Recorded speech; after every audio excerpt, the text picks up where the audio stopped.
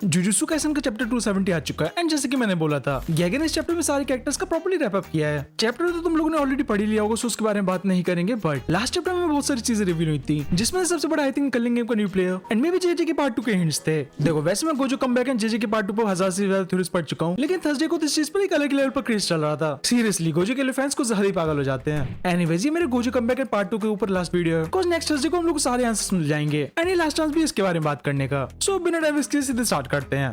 सबसे पहले बात करते हैं जेजे के पार्ट 2 के बारे में। देखो हम लोगों को डब्ल्यूएच एंड गैगे कैरेक्टर की तरफ से 2 मैसेज मिले हैं। फैंस को सिर्फ इसी वजह से ज्यादा लग रहा है कि जुजुत्सु काइसेन का पार्ट 2 जरूर आएगा। अगेन मेरे को अभी भी ऐसा नहीं लगता कि जेजे का पार्ट 2 आने वाला है, लेकिन लोगों का मानना थोड़ा डिफरेंट है। बेसिकली लास्ट चैप्टर में एडिटर का कमेंट ये था कि जेजे के अभी बहुत सारी चीजें आना बाकी है, नेक्स्ट वीक एक हैप्पी अनाउंसमेंट भी होगा। डब्ल्यूएच पेज ने भी ऐसे कमेंट दिया है, जुजुत्सु हाई का फाइनल चैप्टर रह गया लेकिन जुजुत्सु काइसेन अभी और कंटिन्यू होगा। आई थिंक यहाँ पर ये सिंपली लास्ट चैप्टर को हाइप करने के लिए बोल रहे हैं एंड जो हैप्पी अनाउंसमेंट है वो प्रॉब्लम एग्जीबिशन या एमएचए की तरह एक पॉपुलरिटी पोल होने वाला है। कॉज गैगे ने अभी तक ऑफिशियली कुछ भी नहीं बोला। आई मीन हाइस वीक उन्होंने चैप्टर पे कमेंट किया लेकिन वो एंडिंग से रिलेटेड नहीं है। So again I don't think JJ के पार्ट 2 आने वाला है, कॉज तुम लोग खुद ही सोचो गैगे इसका पार्ट 2 क्यों ही लाएंगे। आई मीन अगर उनको स्टोरी कंटिन्यू करनी होती एंड सुकुना को वापस लाना होता तो वो ऑब्वियसली इस मंगा को कंटिन्यू करते रहते। पार्ट 2 का क्या ही मतलब है, मतलब अभी जैसे नॉर्मली मंगा चल रही है वैसे ही। ये ऑब्वियसली सुकुना की बैक स्टोरी की वजह से रूमर स्टार्ट हुए थे, क्योंकि उसके बारे में अभी तक हम लोग को कुछ भी नहीं पता। लेकिन अगेन आई थिंक गैगे अब इस चीज से निकल कर दूसरी चीजों पर फोकस करना चाहते हैं। हाँ मैं गलत भी हो सकता हूँ क्योंकि हम लोग गैगे की बात कर रहे हैं, सो पता नहीं क्या ही होने वाला है, इसलिए लेट्स वेट।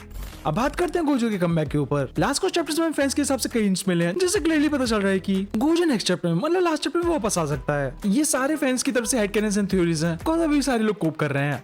अब सबसे पहले हिंट की बात करें तो चैप्टर 269 में इस क्लॉक को देखो, इसमें जो हम लोग को टाइम दिखाया गया है वो है 2:21 PM।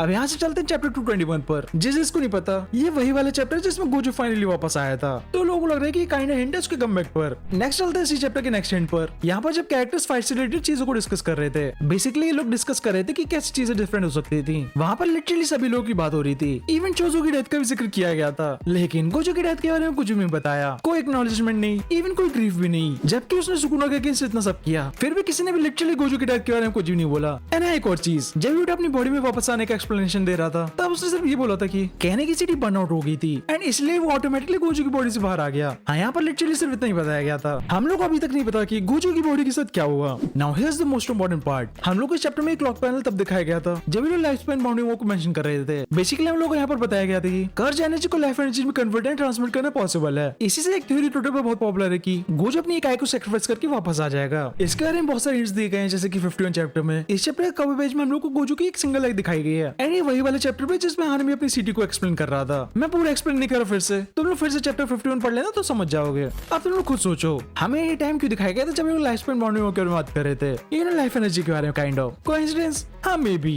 इंटरेस्टिंग बात यह है कि इसी चैप्टर के स्टार्टिंग में हम लोगों को सिर्फ इन दोनों की एक ही आंख दिखाई गई है। ऑब्वियसली इन लोगों के पास 2 आईज हैं, जैसे कि हम लोग देख भी चुके हैं। सो अब सोचो क्या नेक्स्ट चैप्टर में गोजो भी एक आंख सैक्रिफाइस करेगा, स्पेशली जब हमने काफी फोरशेडोइंग देखी है गोजो की आंख को लेकर। इवन जब यूटा अपनी बॉडी में वापस आया था तब भी उसकी एक ही आंख दिख रही थी। सो इन हिंट से लोगों को लग रहा है कि गोजो अभी भी वापस आ सकता है सिर्फ एक आंख के साथ। एंड देखो मे बी एंड में ये लोग गोजो के बारे में बात कर रहे थे जब लास्ट चैप्टर में यूजिन बाकी सभी मिशन की बात कर रहे होते हैं। उनको एक कलिंग पार्टिसिपेट को हराना है जो ज्यादा पावरफुल नहीं है, मतलब उससे हार्मफुल फीलिंग नहीं आ रही। सो मे बी ये लोग गोजो की बात कर रहे होंगे जो 6 को सैक्रिफाइस करके नर्फ हो गया हो। अब गोजो आता है या नहीं वो तो थर्सडे को फाइनली पता चल जाएगा, लेकिन तुम लोग खुद सोच कर देखो, हम लोग को मेगुमी की बहन तक की ग्रेव दिखा दी, इवन तेंगेन एंड सुकुना के बारे में बोल दिया, लेकिन अभी तक गोजो के बारे में कुछ भी नहीं बताया। वेल टू बी ऑनेस्ट का सिंपली ये भी हो सकता है कि गैगे गोजो को सच में हिट करते हैं, उसको वापस ड्रॉ नहीं करना चाहते। तुम लोग गलत है इसके बारे में कमेंट में जरूर बताना।